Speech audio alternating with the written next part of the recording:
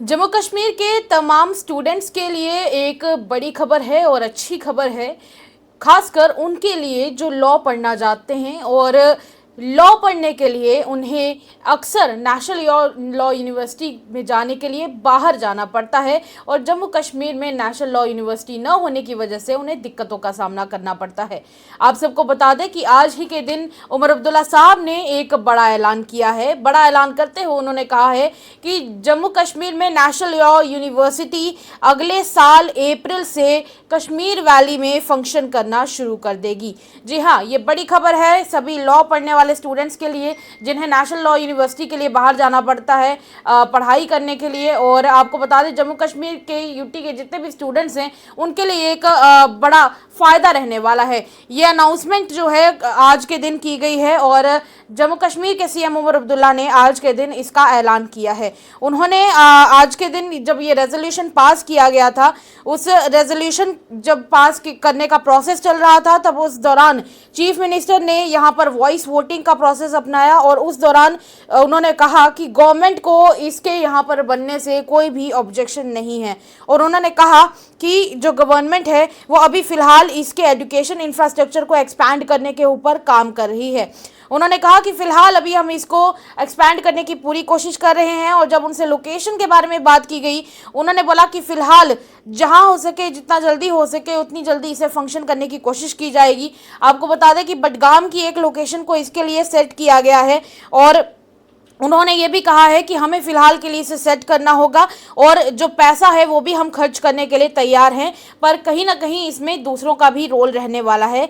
मैं फ़िलहाल कोई प्रेशर नहीं डालना चाहता हूं, पर इसे कहाँ रखा जाए, कहाँ पर इसकी लोकेशन होगी, ना ही इसके बारे में कोई डिस्कशन रहेगी। पर बड़ी बात यही है कि हम इसके लिए इमीडिएटली एक कैंपस बिल्ड कर रहे हैं। तो यानी कि ये जम्मू कश्मीर के उन सभी स्टूडेंट्स के लिए एक बड़ी खबर रहने वाली है और उनके लिए काफ़ी फ़ायदे की बात रहेगी, क्योंकि जब भी नेशनल लॉ यूनिवर्सिटी की बात आती है तो बच्चों को अक्सर बाहर जाकर पढ़ाई करनी पड़ती है, खासकर जम्मू कश्मीर के बच्चों को। और उनके लिए हमेशा ये एक ट्रैवल का काम रह जाता है। अक्सर ये होता है कि बच्चों को बाहर रहना भी पड़ता है, एक्स्ट्रा एक्सपेंडिचर्स उनके रहते हैं।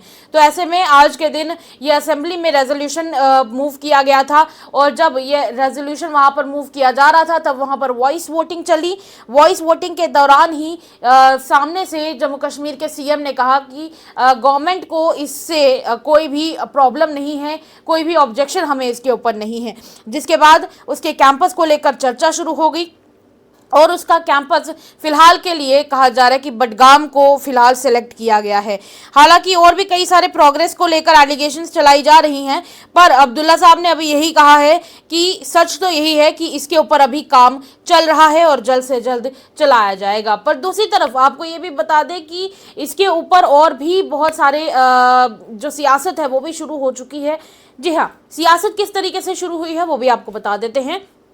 जम्मू कश्मीर के लिए leader of opposition Sunil Sharma ने इसके ऊपर बयान दिया है। उनका कहना है कि बडगाम की जो लोकेशन इसके लिए सिलेक्ट की गई है, फिलहाल अगर मॉडल कोड ऑफ कंडक्ट के हिसाब से देखा जाए तो फिर यहाँ पर जो नेशनल लॉ यूनिवर्सिटी बनाने की एक प्रॉपर तरीके से रेजोल्यूशन पास किया गया है, ये मॉडल कोड ऑफ कंडक्ट को वायलेट करता है। आप खुद ही उनकी जुबानी एक बार सुन लें।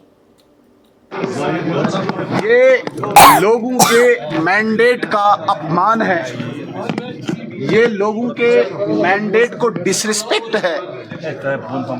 इसका हमें बड़ा खेद है, इसका हमें बड़ा अफसोस है।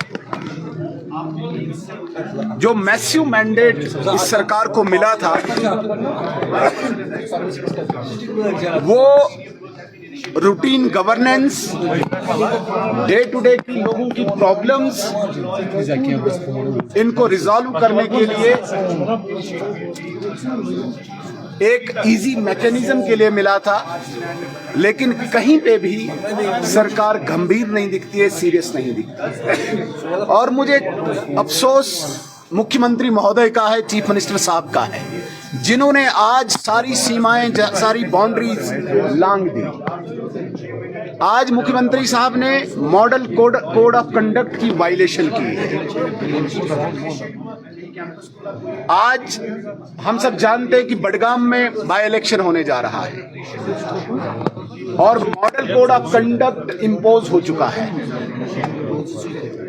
सीएम मुख्यमंत्री उमर अब्दुल्ला साहब ने आज बडगाम में लॉ यूनिवर्सिटी की क्लासेस ओपन करने की जो एश्योरेंस इस हाउस में दिया है, आज उन्होंने इलेक्शन कमीशन ऑफ इंडिया की गरिमा को, मर्यादा को तार तार कर दिया है और बीजेपी मुख्यमंत्री उमर अब्दुल्ला के अगेंस्ट कंप्लेंट दायर करेगी। इस पे सख्त से सख्त एक्शन होना चाहिए। मैं तो कहता हूं कि ऐसे पद पर बैठकर अगर इस प्रकार के कार्य कोई मुख्यमंत्री करता है तो सीएम को रिजाइन करना चाहिए, मॉरल ग्राउंड्स पे करना चाहिए। बहुत बड़ी गलती की है, क्योंकि जब chief minister model code of conduct को एक independent institution election commission of India को नहीं मानेगा, फिर आम व्यक्ति से हम क्या अपेक्षा रखेंगे। इसलिए मैं मीडिया के माध्यम से मुख्यमंत्री साहब को कहूंगा कि आप मॉरल ग्राउंड्स पे रिजाइन कीजिए, अन्यथा भारतीय जनता पार्टी आज ही कंप्लेंट दायर करेगी। जो चीफ मिनिस्टर ने एश्योरेंस हाउस में दिया है, on the floor of the house उसने कहा नेशनल लॉ यूनिवर्सिटी की क्लासेस ओमपुरा बडगाम में शुरू करेंगे टेम्पररी बेसिस।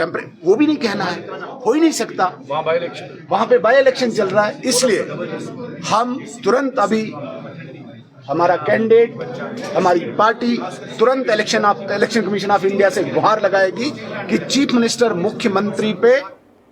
और आपने सुना कि किस प्रकार बडगाम के ओमपुरा इलाके में यहाँ पर जो ये नेशनल लॉ यूनिवर्सिटी बनाने का अनाउंसमेंट किया गया है, उसके ऊपर सीधे तौर पर कहा गया एलओपी साहब के द्वारा कि अगर एक चीफ मिनिस्टर ही इस तरह की कोई गलती करता है तो मैं तो ये मानता हूं कि उन्हें रिजाइन कर देना चाहिए और अपने पद से इस्तीफा दे देना चाहिए। इस तरह की अब सियासत शुरू हो चुकी है। और आपको ये भी बता दें, एक ऑर्डर आपके साथ अभी स्क्रीन पर देख पा रहे होंगे और जिसमें आप देख सकते हैं, दरअसल ये एक ऑर्डर नहीं है, ये एक कंप्लेंट फाइल की गई है। बीजेपी कैंडिडेट जो हैं बडगाम के, उन्होंने उमर अब्दुल्ला साहब के खिलाफ ये कंप्लेंट फाइल की है और उनका कहना है कि उन्होंने मॉडल कोड ऑफ कंडक्ट को यहाँ पर खराब किया है या फिर वायलेट किया है। उनका इस तरह का बयान है और उन्होंने यहाँ पर एक कंप्लेंट जो है वो फाइल कर दी है। स्क्रीन पर आप देख पा रहे हैं, ये वही कंप्लेंट की जो कॉपी है हमने आपके साथ साझा करी है और इसमें ये कहा गया है कि ऑनरेबल जो कमीशन है वो इसके ऊपर एक्ट करे और कहीं ना कहीं इसके ऊपर बड़ा एक्शन जो है वो लिया जाना चाहिए। आपको क्या लगता है? अपनी राय आप लोग हमारे कमेंट सेक्शन में जरूर व्यक्त कर सकते हैं और इसी तरह की खबरों के लिए द न्यूज़ को फॉलो करें। फिलहाल के लिए स्पेशल रिपोर्ट में इतना ही।